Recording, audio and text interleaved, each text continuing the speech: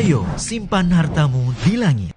Infak dan sodakoh Bank Syariah Indonesia, nomor rekening 10352082887. Bank Muamalah, nomor rekening 301021555 atas nama Yayasan Khalid Basalamah. Jazakumullahu khairan. Ya, silakan. Baik, kita akan lanjut ke pertanyaan selanjutnya. Hamba Allah laki-laki 30 tahun dari Bengkulu, wira swasta. Ustadz, saya mau minta tips menjaga keutuhan rumah tangga. Oh ya, Masya Allah, ini materi daurah sebenarnya ya, tapi saya akan ringkaskan tentang masalah kiat atau tips mempertahankan rumah tangga. Yang pertama, ikhlaskan niat berumah tangga karena perintah Allah dan Rasulnya. Karena semua yang dikerjakan dengan keikhlasan itu akan berefek ya kepada hal yang baik, hal yang positif. Ya.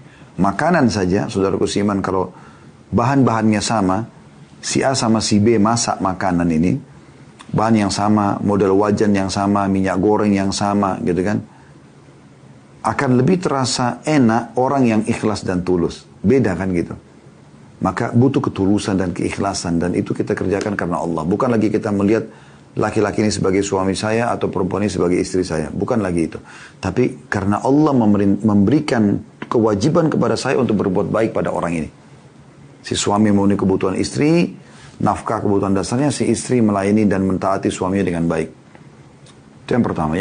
Yang kedua, agar Anda bisa mempertahankan rumah tangga, ya, selalu kembalikan permasalahan apapun kepada agama Allah. Kalau itu benar di dalam pandangan agama Allah, berarti orang yang sedang dalam keadaan benar didukung. Suami atau istri. Ya. Dan kalau itu salah dalam agama, berarti tetap dia salah. Siapapun dia, sebagai istri atau sebagai suami.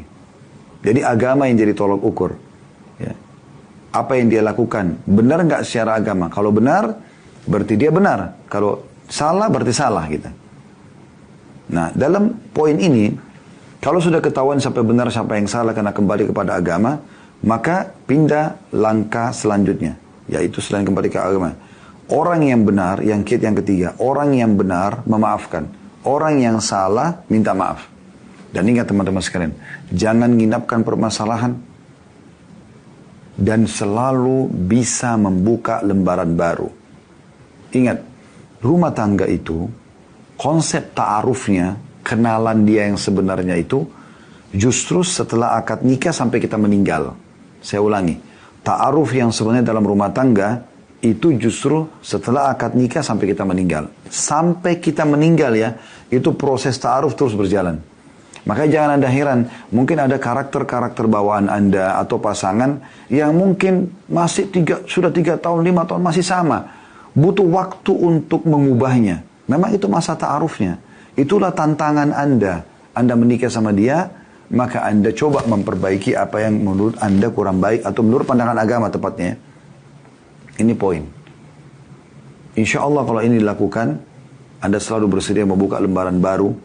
Setiap ada kesalahan Anda ingatkan gitu kan. Kalau dia terima, Alhamdulillah, buka lembaran baru lagi. Yang benar memaafkan, yang salah minta maaf. Selalu begitu.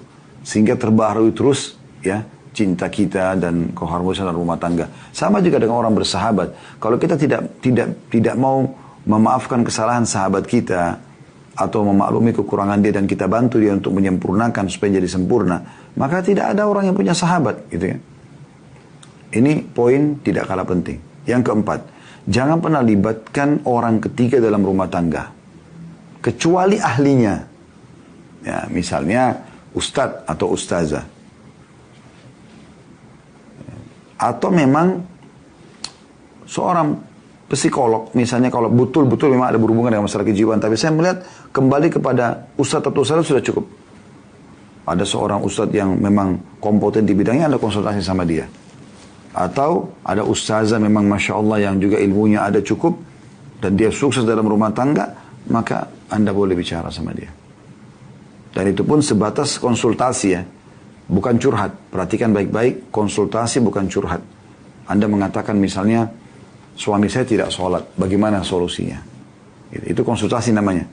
Bukan Anda bilang, suami saya itu dari awal nikah memang kayaknya saya nggak cocok deh. Keluarga saya memang nggak setuju. Tambah lagi dia nggak sholat. Padahal sebenarnya kasusnya bukan itu.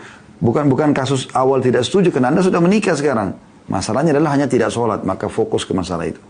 Dan ingat, jangan pernah ya libatkan selain ahlinya ini. Selain ahli agama. Ya. Anda konsultasi dengan janda.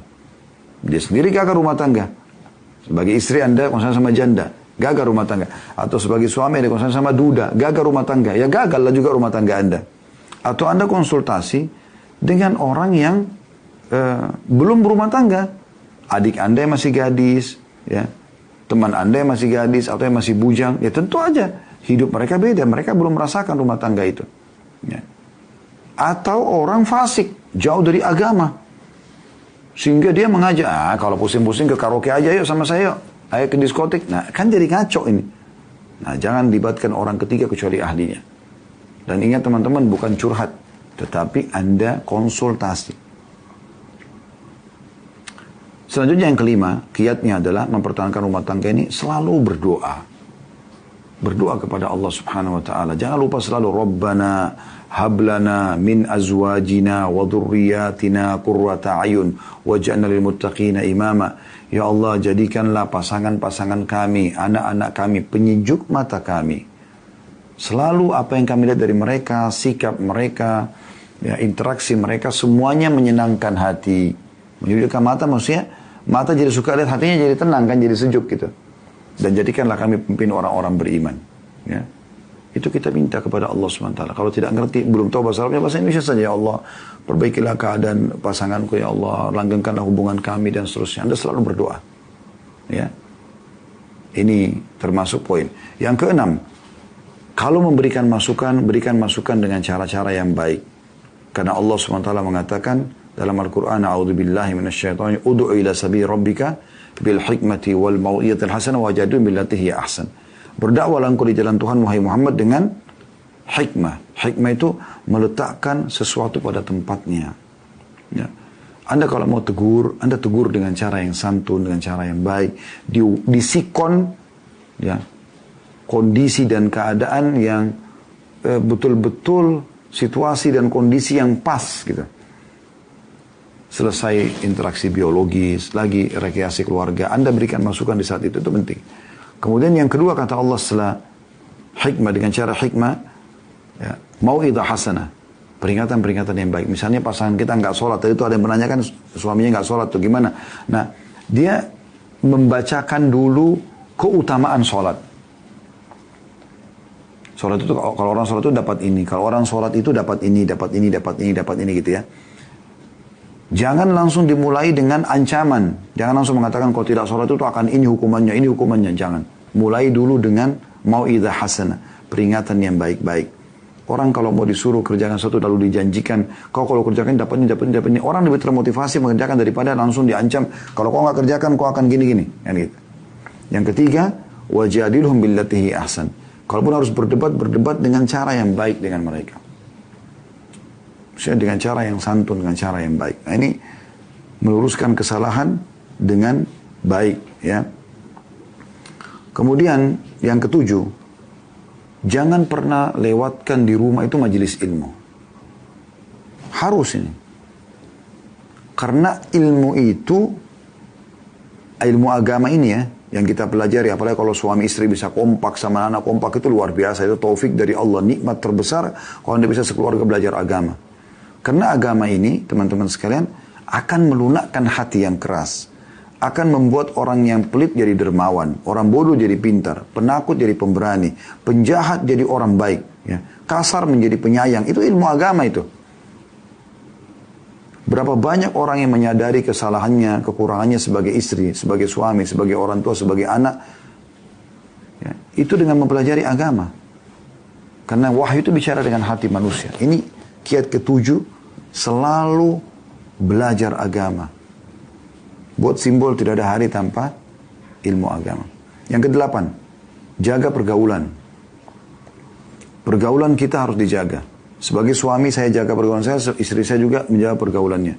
Jangan pernah bergaul dengan orang-orang fasik. Nggak boleh ini, ahli maksiat.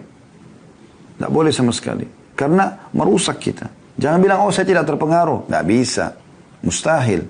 Kita ini manusia, makhluk sensitif. Saya dengan pegang meja ini, saya bisa tahu kain ini kasar atau lembut seketika kan.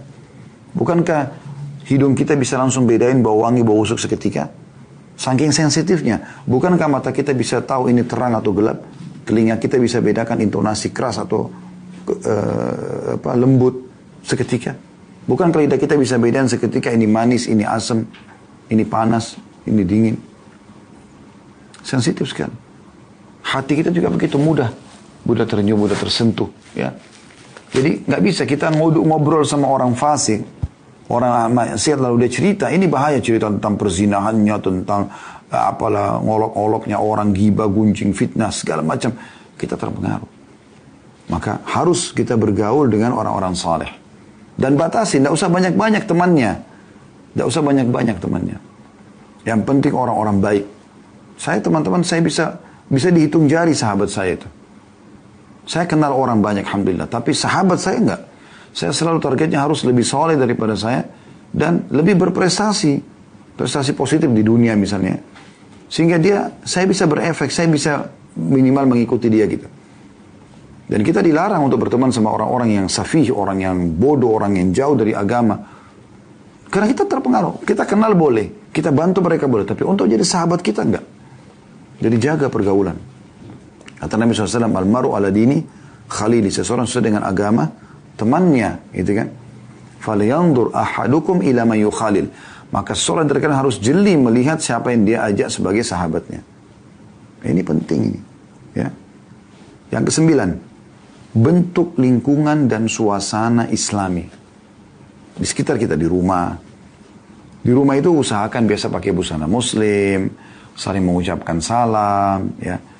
Terapkan sunnah-sunnah Nabi SAW, makan tangan kanan, baca bismillah, tangan kiri, masuk kamar mandi. Kalau perlu, mungkin di kamar mandi ditempelin, di depannya di tembok sebelum masuk, doa masuk kamar mandi. Sama-sama saya mengingatkan zikir mau tidur. Jadi, menciptakan suasana Islami di rumah itu. Perhatikan WC, hadits Nabi SAW melarang kita membelakangi atau menghadap kiblat, ya. Tidak boleh ada patung di rumah, tidak boleh ada anjing di rumah. Buat suasana rumah yang Islami. Karena rumah-rumah yang mengikuti ajaran Islam berarti akan sangat dekat dengan malaikat. Misal contoh tidak ada patungnya, maka malaikat masuk. Kalau rumah ada patung, ada anjing, dalam hadis kata Nabi SAW tidak akan masuk malaikat. Berarti ada syaitannya. Syaitan ini perusak musuh kita. Ya. Ini poin yang sangat luar biasa penting. Kemudian yang ke-10, fokus kepada kewajiban-kewajibanmu. Yang merupakan kewajiban dasar suami, kewajiban dasar istri, fokus ke situ. Dan usahakan jangan tuntut pasangan kita di luar kewajiban dia. Kecuali kita cuma minta tolong saja. Kewajiban suami misalnya memberikan nafkah. Ya udah semampu dia. Apa itu nafkah? Sesuatu yang bisa membuat roda kehidupan berjalan di hari itu. Kewajiban suami harian, bukan bulanan ya Bu ya. Ini perlu digarisbawahi. Karena banyak orang paksa suaminya bulanan. Kalau ada suami memberikan awal Desember, kayak bulan Desember ini, uang bulanan dari awal sampai akhir bulan, Masya Allah, Anda belum melayani, Anda sudah dipenuhi kebutuhannya gitu. Tapi sebenarnya kewajiban dia harian. Hari ini dia hidup, dia punya kewajiban. Besok dia meninggal, sudah gugur kewajiban dia. Kalau dia berikan kepada Anda 1 bulan langsung, sementara dia pertengahan bulan sudah meninggal, berarti dia sudah bersedekah 2 minggu ke depannya, itu tanpa dia dilayani gitu kan. Nah ini fokus ke masalah nafkah. Nah, kalau lebih dari nafkah, sudah berbau keinginan Anda. Ya. Itu Anda harus minta baik-baik. Jangan menganggap itu sebuah kewajiban pasangan. Jangan bebankan di atas kemampuan dia. Itu akan memunculkan percekcokan. Paksa harus ganti handphone baru karena temannya ganti handphone baru. Beli mobil baru. Rumahnya harus ubah catnya. Apalah harus beli tas bermerek. Segala macam baju bermerek. Karena dia pikir orang semua begitu. Enggak semua orang begitu. Ada orang-orang mukmin tidak seperti itu. Mereka hidup dengan apa adanya. Karena kalau ada nikmat banyak, alhamdulillah melimpah dinikmati. Tapi bukan keharusan. Kalau enggak ada ya sudah. Nah, ini nafkah. Makanan, minuman, pakaian, tempat tinggal, transportasi semampu suami. Jangan bebankan di atas kemampuan dia. Anda ribut harus biaya keluarga saya juga. Nggak bisa. Bukan kewajiban dia itu, luar daripada nafkah wajibnya. Itu hanya tambahan kalau dia mau kasih. Anda mau gonta-ganti handphone, Anda mau gonta-ganti baju. Sementara masih ada yang baru. Ini bukan kewajiban dia. Kalau Anda tidak punya sama sekali, baju misalnya baru itu, dia wajib untuk memberikan Anda. Ini penting sekali. Ya. Yang ke-11, selalu berterima kasih. Dukung dan berikan support terhadap sesuatu yang pasangan kita berikan. Royal dengan pujian. Suami mungkin belikan cuman sedikit makanan bungkus.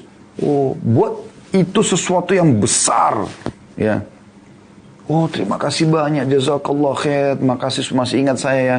Ayo kita makan sama-sama yuk. Suapin suami walaupun dia cuma bawa satu bungkus nasi uduk. Karena nilai pengorbanan itu, dia tidak mungkin bawa makanan itu ke rumah kecuali karena ingat Anda kan. Nah, nilai itu. Saya tahu beberapa orang ikhwah, Masya Allah, saya berikan makanan. Dia nggak makan. Kenapa? Saya makan sama istri saya di rumah, Ustaz. Biar istri saya juga bisa rasakan masakan ini. Masya Allah. Tapi saya tidak tahu istri di rumah sambut nggak itu. Banyak seorang istri dikasih, apa nih? Ada makanan tadi dari kantor. Ah, udah dingin, nggak usah deh, kasih mbak aja. Contoh, nggak dinilai kan? Nah, itu. Hati-hati. Selalu berterima kasih. Gitu. Kata Nabi SAW, la yashkurun nas, la yashkurullah. Yang belum berterima kasih pada manusia, belum berterima kasih pada Allah. Gitu kan? Jadi nggak bisa. Harus berterima kasih. Suami mungkin ingin memberikan sebuah surprise, hadiah, kejutan kepada istrinya. Maka dia kumpulkan duit sampai akhir bulan, kemudian dia beli sebuah handphone, sesuai dengan kemampuan dia misalnya. Merek A misalnya. Si istri ini sebenarnya berangan-angan karena mau ikuti temannya nonton iklan, diberikan handphone yang lebih bagus, mereknya B misalnya. Suami beli A, begitu dia bawa ke rumah, ini hadiah ya sayang, kasih. Begitu dibuka, kok merek ini? Aku kan pengen yang itu. Nah, yang tadinya suami kita tidak pernah, ibu kan tidak pernah tahu bagaimana perjuangan dia ngumpulin duit itu kan. Mungkin sekarang itu dia punya utang kepada 2-3 orang hanya untuk beli handphone itu. Oh, Masya Allah, terima kasih banyak, masih ingat saya. Makasih ya, jazakallah khair, mudah-mudahan ini menjadi amal jariah. Buat dia gembira. Suami yang digituin, Bu, nanti dia akan berpikir ke depannya. Saya bicara sebagai alam saya laki-laki, dan saya yakin semua laki-laki mungkin akan sama. Insya Allah standar seperti itu ya. Kalau istri berterima kasih pada pemberian kita, kita jadi terenyuh, dan kita jadi berpikir, apalagi yang saya mau kasih lebih baik ini. Oh, istri saya tahu berterima kasih. Begitu. Dan tarik dalam semua hal. Ini ucapan terima kasih saya temukan jarang sekali orang ucapkan ya. Pernah gak ibu dalam rumah tangga sudah 5 tahun, 10 tahun rumah tangga pegang tangan suami, duduk baik-baik lalu mengatakan, saya betul-betul hanya mau mengucapkan jazakallahu khairan, udah 10 tahun biayai saya. Ya, sudah 10 tahun berikan saya perhatian, sudah 10 tahun penuhi kebutuhan biologi saya. Pernah gak ibu lakukan itu? Setahun aja, 365 hari, itu sudah luar biasa harus kita berterima kasih. Itu nanti akan memunculkan perhatian ekstra dari suami dan juga akan memberikan pahala buat Anda karena Anda berbuat baik dengan manusia yang Allah suruh berbuat baik, dan juga suami akan berusaha berkorban lebih besar lagi buat Anda. Nah, sama sebaliknya juga suami juga begitu, pulang rumah dimasakin oleh istri. Oh, Masya Allah, terima kasih, jazakallahu khairan, makasih ya, udah masakin. Enak gak? Enak. Bahkan di bab ini boleh bohong loh. Maksudnya begini, bukan kita mudah-mudahan bohong, tidak. Kalau misalnya masakannya biasa aja, tapi Anda ingin gembirakan istri Anda mengatakan, oh masakannya top ini, Masya Allah, enak benar. Padahal sebenarnya tidak ada masakan seenak ini saya pernah rasakan. Mungkin Anda sudah rasakan banyak masakan enak. Memuji ini dibolehkan di bab itu ya. Sama, dia udah dandan, dia udah siap untuk melayani Anda. Mungkin dari pagi dia bingung, dia membuat kejutan, surprise buat Anda dengan dandanan dia. Tapi dia tidak tahu yang Anda suka yang mana nih. Lalu kemudian Anda datang, tiba-tiba Anda lihat dia pakai baju, misal warna ungu. Anda nggak suka warna ungu, Anda sukanya warna merah kah, hitam kah. Tapi dia sudah pakai. Kalau perlu sebelum dia ngomong apa-apa, biasanya itu istri kalau nggak dilihat oleh suaminya, atau apalah ya, dia ngedehem kah, atau dia mengatakan, bagus nggak sih baju yang saya pakai gitu. Ya nggak dilihat gitu-gitu. Tapi suaminya nggak peka. Nah ini ngawur, ini salah suaminya. Ya. Harusnya sebelum istri bicara dia sudah ngomong gitu. Oh Masya Allah cantik bener sih saya hari ini. Dia besok lebih semangat dandan lagi.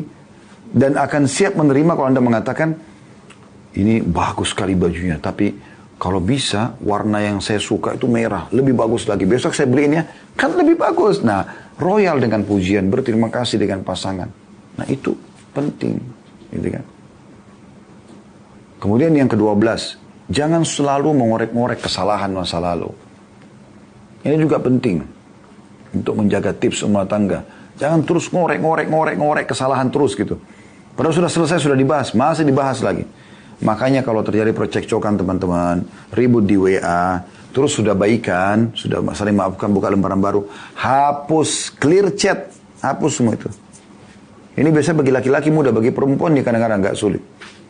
Disimpan tuh WA suami walaupun sudah 2 tahun, 3 tahun. Lagi duduk baik-baik sama suami. Lagi enak-enak rekreasi, lagi makan. Habis biologis, tenang-tenang, jiwanya tenang. Tiba-tiba terlintas ngomongan masalah itu. Kamu pernah gitu kok. Suaminya bilang, kapan? Ini buktinya. WA yang 2-3 tahun yang lalu. Kenapa? Kenapa harus ada ini gitu? Jangan ungkit-ungkit kesalahan orang apalagi sudah selesai. Sekarang dia begini, jangan lagi yang lalu-lalu, nggak perlu. Allah juga menegur suami dalam Al-Quran ya. Wala tudayyikuhunna. Ya. Apa namanya sih? Ayat itu. Litudayyiku alaihinna. Jangan sampai kalian menyempitkan mereka. Ya. Istri di rumah itu. Dengan apa? Ungkit-ungkit masa lalu. Ungkit-ungkit kesalahan. Selalu memojokkan. Nah. Lebih baik kita kedepankan nasihat dan pujian daripada protes gitu. Nah protes itu terjadi nanti. Sudah kesekian kali kita ingatkan tidak, baru kita sampaikan protes dengan cara yang baik. Nah ini kurang lebih yang terlintas di benak saya. Mudah-mudahan dengan ini insya Allah ya bisa kita mempertahankan rumah tangga. Dan tentu ada banyak ya tips-tips yang kalau dalam daurah ini saya menyusun 30 tips mempertahankan rumah tangga. Itu di manajemen rumah tangga Islami 3. Dan saya sekaligus mengajak teman-teman nanti insya Allah ikut mendaftar. Kemungkinan kita akan adakan daurah ini kalau bukan di akhir Januari, mungkin di Februari kami akan lihat kondisinya. Tapi insya Allah tidak akan lewat dari bulan Maret. Kita akan ada daurah offline ya. Kita akan menginap di hotel. Dan bagi teman-teman yang sudah mengikuti manajemen rumah tangga Islami 1, manajemen Islami 2, Anda bisa mengikuti daurah manajemen Islami 3. Tapi ini khusus bagi yang sudah berumah tangga. Karena manajemen rumah tangga Islami 3 sampai 10 judulnya ya 30 kiat mempertahankan rumah tangga. Tadi saya baru sebutkan sekitar 12 dan itu baru garis global. Nanti dalam daurah itu akan ada dalil-dalil, contoh-contoh, ada praktek lapangan gitu kan. Yang akan kita lakukan insya Allah. Yang kita harapkan bisa lebih menghidupkan cinta, keromantisan, harmonisan dalam rumah tangga itu sendiri. Maka ini poin yang perlu dipegang insya Allah. Dan juga kami akan adakan daurah manajemen rumah tangga Islami 1 dan 2 juga secara offline. Nanti kami akan tentukan waktunya, Anda akan ikutin. Jangan luput dari medsos kami insya Allah.